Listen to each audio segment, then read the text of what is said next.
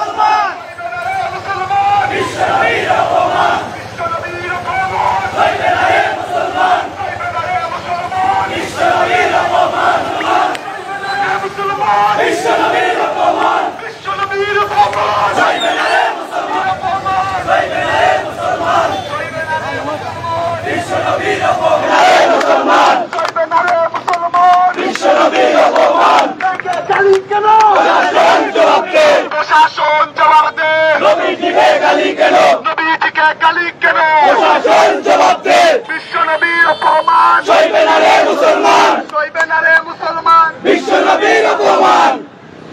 আপনারা কেউ থানার কাছে যাইবেন না, ঠিক আছে?